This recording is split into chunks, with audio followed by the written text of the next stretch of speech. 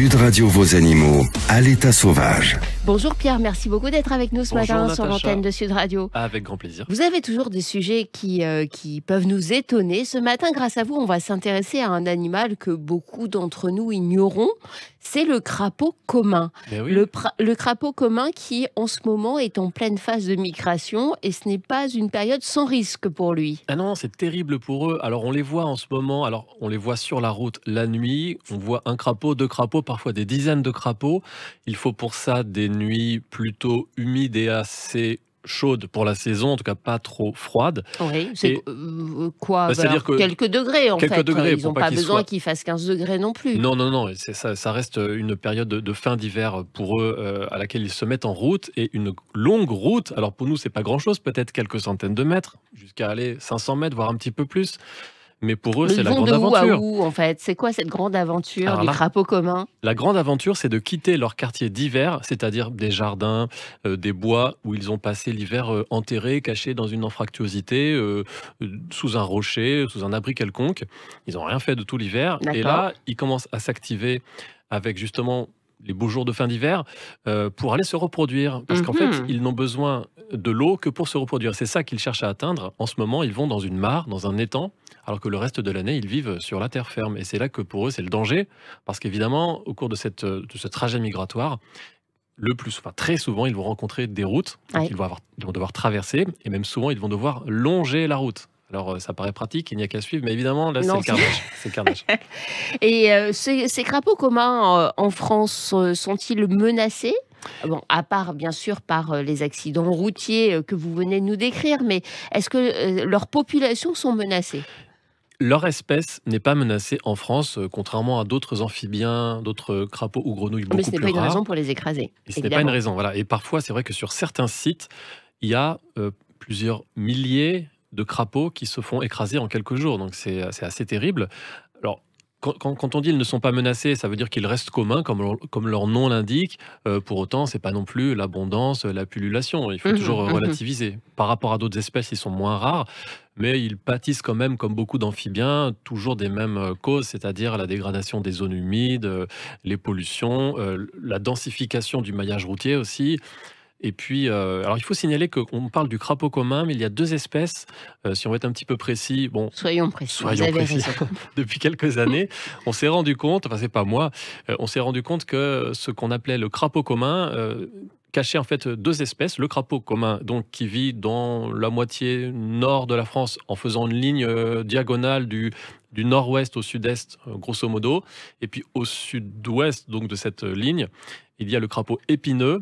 Il ressemble comme deux gouttes d'eau, avec des petits détails morphologiques qui changent, mais enfin quelques petits détails comme ça. Mais ce qui est marrant, c'est que ça fait partie de ces animaux, de ces espèces dont on pensait que justement c'était une seule et même espèce, alors qu'en étudiant plus précisément, et notamment avec les génétiques, on se rend compte que ces animaux ne se reproduisent pas entre eux et qu'ils forment deux populations distinctes. Mais c'est le même enjeu, la même migration et les mêmes morts sur les routes. D'accord. Ils ressemblent à quoi ces crapauds communs? Ils sont magnifiques, n'est-ce pas? Vous avez un don incroyable pour nous faire rêver avec des animaux qui, quand même, il faut être un petit peu honnête avec vous, Pierre, ne sont pas extrêmement attrayants. Ça fait pas rêver un crapaud, c'est ça que vous me dites. Non, écoutez, alors les crapauds communs sont assez grands, ou les crapauds épineux, alors ils sont bruns, voire gris-brun. Alors ils ont une peau granuleuse, enfin... Souvent, on voit comme ça que ce ne sont pas des grenouilles parce qu'ils n'ont pas une peau lisse, bien que c'est évidemment très proche. Crapaud-grenouille, d'ailleurs, comment on fait la différence? Alors, c'est un peu comme mouette, goéland. C'est pas la taille.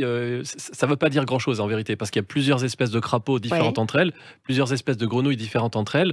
Mais disons que les crapauds ont tendance, en tout cas dans nos contrées, à avoir cette peau un petit peu verruqueuse, qui n'est pas une peau lisse. Bon, vous donnez envie.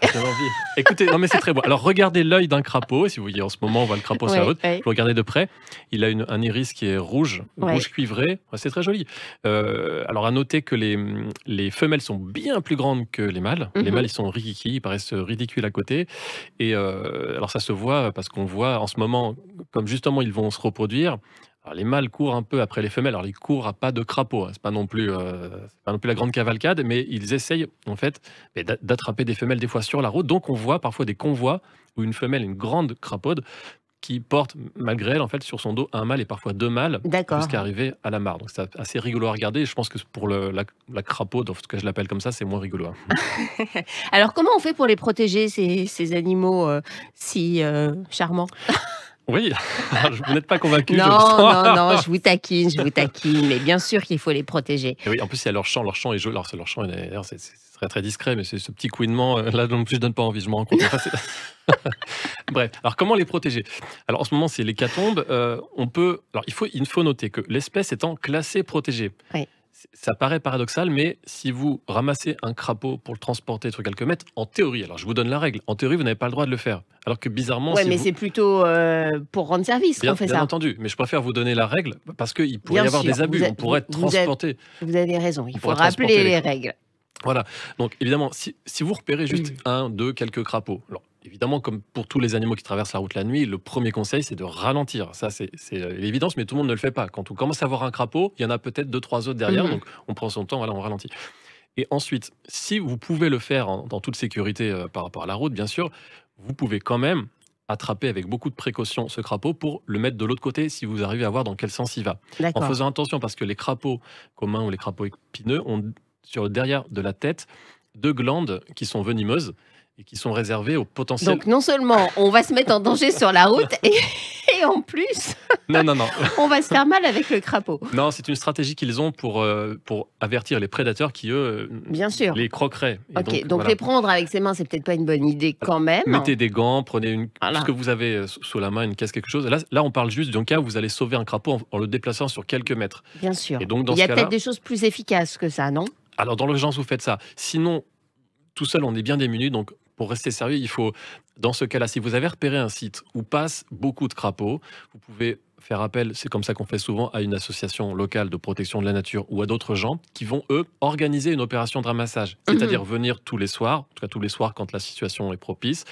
Ça dure combien de temps d'ailleurs leur migration? Quelques jours à peine. Enfin, D'accord. c'est très concentré, en tout cas localement, c'est très concentré dans le temps. Ok. Printemps. Donc les associations localement savent quand c'est le moment et elles peuvent se mobiliser sur cette courte période en fait. Oui, enfin, on peut pas vraiment prévoir longtemps à l'avance, mais une fois que c'est commencé, on sait que ça va durer quelques jours. Donc, il faut être prêt à agir. Et dans ce cas-là, il y a plusieurs méthodes. Mais avant ça, il faut avoir demandé, cette fois-ci, comme on fait une opération d'envergure, une autorisation à la préfecture pour pouvoir déplacer ces crapauds. C'est un petit papier à remplir. C'est D'accord. simplement pour s'assurer que les gens qui le font sont sérieux. C'est normal après Bien tout, je sûr. pense. Et ensuite, ce qu'on fait, c'est que ce que font les gens qui font ces opérations, c'est par exemple, soit les ramasser directement en les mettant dans des seaux, parce qu'on ne va pas le transporter à la main sur longtemps, et puis ensuite aller le mettre au bord de l'étang, soit carrément implanter une bâche de 50 cm d'eau le long de la route, en Ouais. creusant des petits trous pour qu'il y ait un seau dans lequel va tomber le crapaud qui vient en amont de la route. Et c'est des choses qui marchent très bien et qui Mais parfois permettent de qui vous sauver. dit qu'on va être au bon endroit en fait? C'est un peu compliqué. Ah, ça, c'est une fois que vous avez repéré le site. C'est qu'une fois que vous Ah avez oui. repéré, par exemple, que l'année précédente, peut-être je ne l'ai pas précisé, pardon, mais que ce site est identifié parce qu'il y a un Parce bois. que ce où il y sera a une mare. toujours au même endroit chaque année. Ça sera, oui, ça peut être dans le même secteur, ça peut être sur les mêmes portions de route, D'accord. sur 500 mètres de Ok. route, tous les ans, vous avez des milliers de crapauds qui se font Et écraser, alors, hein, une parfois. question peut-être idiote, mais pourquoi est-ce qu'on on fait pas des sortes de tunnels en fait à crapauds? Mais on devrait, les crapauducs, ça existe. Alors, Des crapauducs, j'adore. mais en fait, non, mais c'est une question comme ça qui a l'air anecdotique, mais non, c'est ce qui Je vous devrait remercie. être. Quelle pertinence. Non, mais c'est ce qu'on devrait faire sur toutes les routes, et pas que pour les crapauds, pour toutes les petites bestioles, pour tous Ouais. les animaux qui traversent. L'ennui, c'est que souvent, quasiment toujours, ces routes ont été faites sans tenir compte de ça, de tous les petits animaux. Donc dans ces cas-là, construire un crapauduc, c'est-à-dire il faut mobiliser, c'est pas nous qui allons le faire, c'est pas les associations de protection Non, de la nature. évidemment. Donc c'est les services des routes, Ouais. etc. Donc ça coûte très Et ça cher. existe ou pas? Ça existe, ça marche très bien.